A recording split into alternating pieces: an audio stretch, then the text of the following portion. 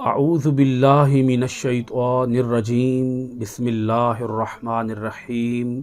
معزز خواتین و حضرات، عزیز طلبہ و طالبات، ڈیلی قرآن کلاس میں آپ سب کو خوش آمدید۔ امید ہے آپ سب خیر و عافیت کے ساتھ ہوں گے۔ آج ہم پڑھیں گے سورۃ المائدہ، پارہ نمبر 6، آیت نمبر 13۔ لفظی ترجمہ سماعت کیجیے گا۔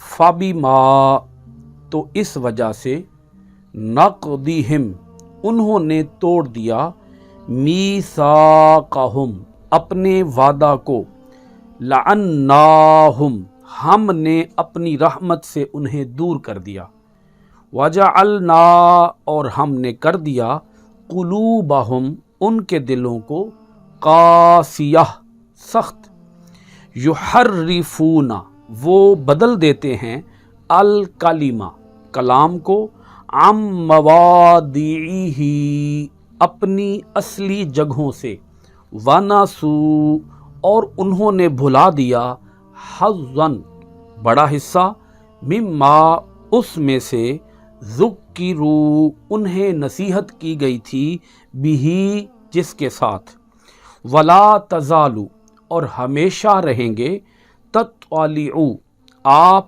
آگاہ ہوتے، علی خائنۃ منہم، ان کی خیانت پر، الا، سوائے، قلیلاً، چند لوگوں کے، منہم، ان میں سے، فاعفو، تو آپ معاف فرماتے رہیے، عنہم، ان کو، واصفح، اور درگزر فرماتے رہیے، ان اللہ، بے شک اللہ تعالی، یحب، محبوب رکھتا ہے، المحسنین، احسان کرنے والوں کو۔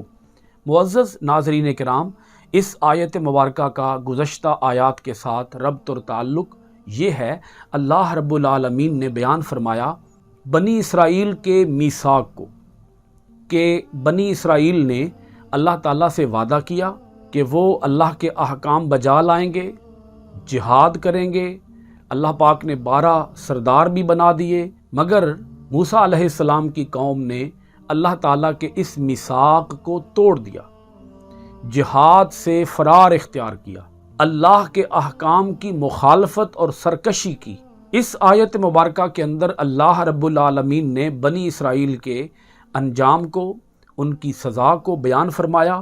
ایک سزا تو وہ ہے جو سزا انہیں قیامت کے بعد ملے گی، آخرت میں ملے گی، جہنم کے اندر سزا ملے گی، مگر یہ سزا بھی کچھ کم نہیں ہے جو سزا اللہ تعالیٰ نافرمان اور سرکش قوموں کو دنیا کے اندر ہی دیتا ہے۔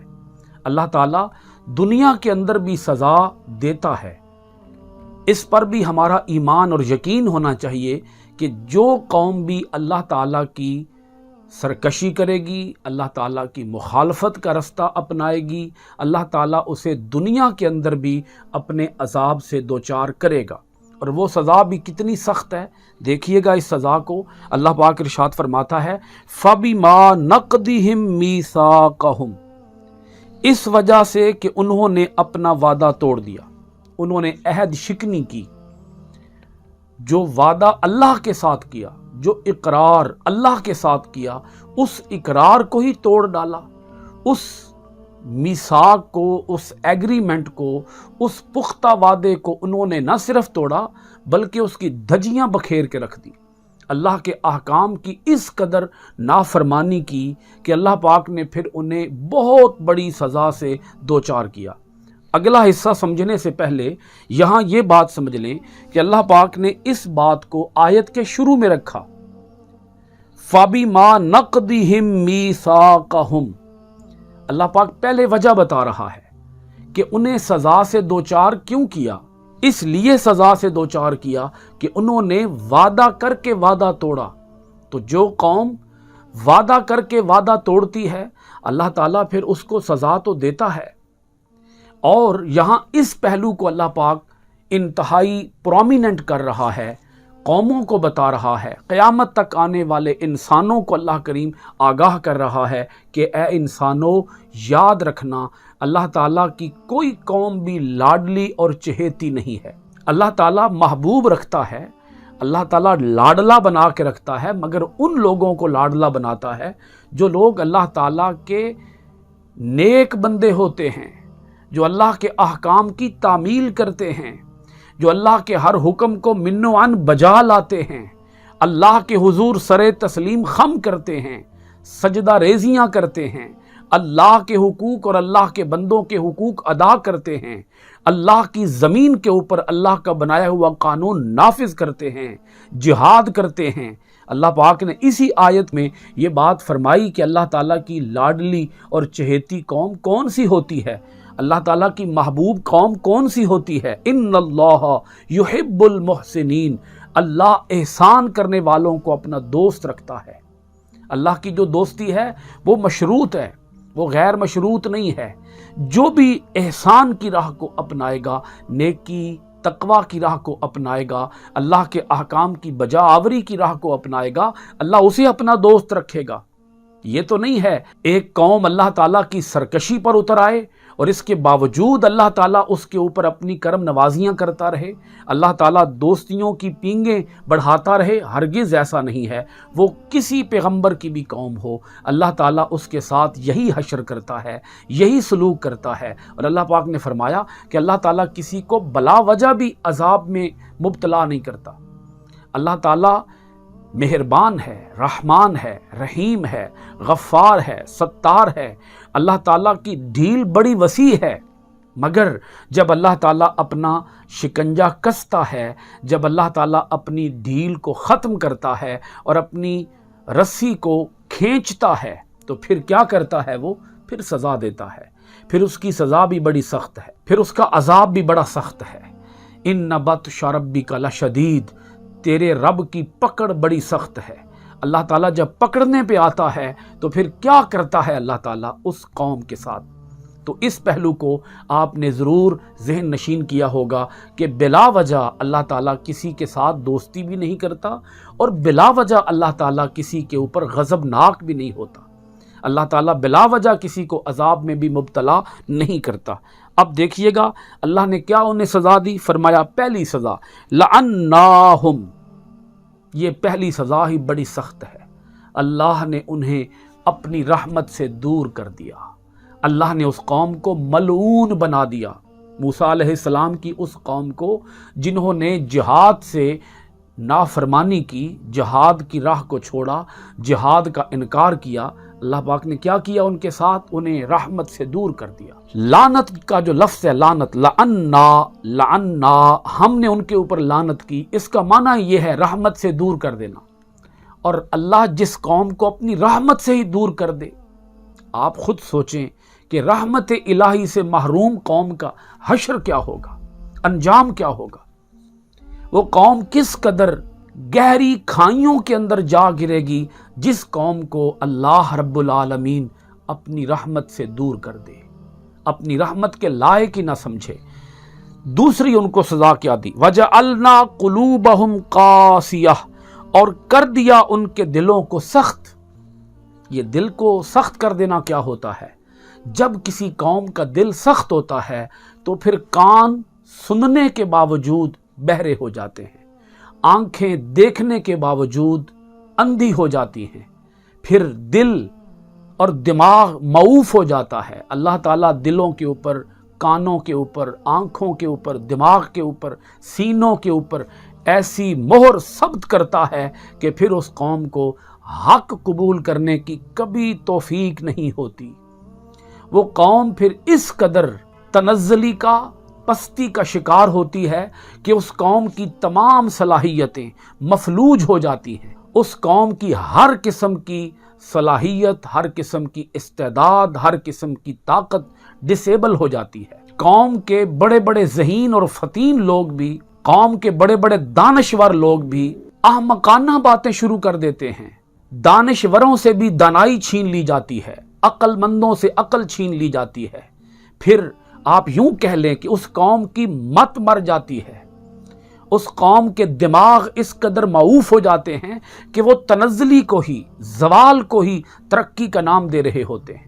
آج اگر آپ من حیث القوم اپنی قوم کا جائزہ لیں، پاکستانی قوم کا جائزہ لیں، تو ہمارے ہاں بھی صورتحال کچھ اسی قسم کی ہے کہ ہماری آج کی اس ماڈرن قوم نے، لبرل قوم نے تنزلی کو ہی، زوال کو ہی ترقی کا نام دے رکھا ہے، جہالت کو ہی علم کا نام دے رکھا ہے، شیطانی کاموں کو ہی، سرکشی کے کاموں کو ہی وہ ترقی کا نشان سمجھتے ہیں کہ یہ ترقی ہے، یہ عروج ہے، یہ بانک پن ہے، یہ بہار ہے، یہ رانائی ہے، یہ زیبائی ہے۔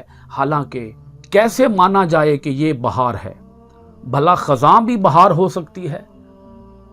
قوم کے دانشور طبقے کے اندر بھی جہالت اس قدر عام ہو چکی ہے کہ ہم بے وقوفی کی باتوں کو ہی عقل مندی اور دانائی کا نام دے رہے ہیں۔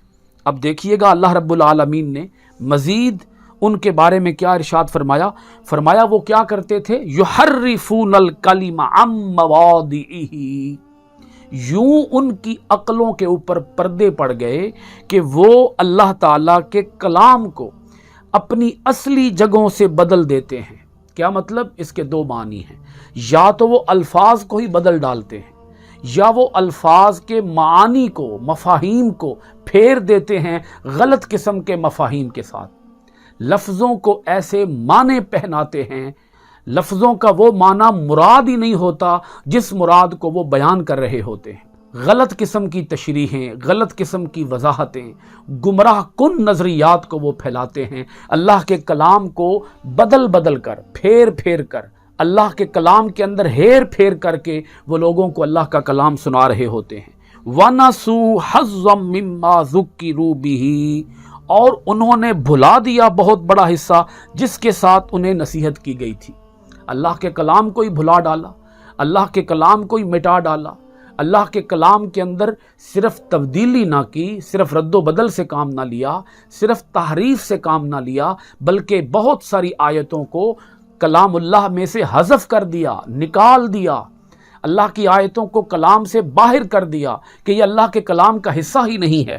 اب آگے دیکھیے گا اللہ پاک ارشاد فرماتا ہے، اے میرے پیارے محمد صلی اللہ علیہ وآلہ وسلم، آپ کو اللہ تعالیٰ ان کی اس خیانت سے مطلع کرتا رہے گا۔ دیکھیے گا، وَلَا تَزَالُ تَطَّلِعُ عَلَىٰ خَائِنَةٍ مِّنْهُمْ، اللہ تعالیٰ ان کی خیانت پر آپ کو ہمیشہ آگاہ رکھے گا، آپ ہمیشہ آگاہ ہوتے رہیں گے ان کی خیانت پر۔ یہ ان کی جو علمی خیانت ہے، اللہ کے کلام کے ساتھ جو ان کی بددیانتی ہے، اللہ کے کلام کو جو وہ بدلتے ہیں، ہیر پھیر سے کام لیتے ہیں، اللہ تعالیٰ آپ کو اس سے ہمیشہ مطلع کرتا رہے گا۔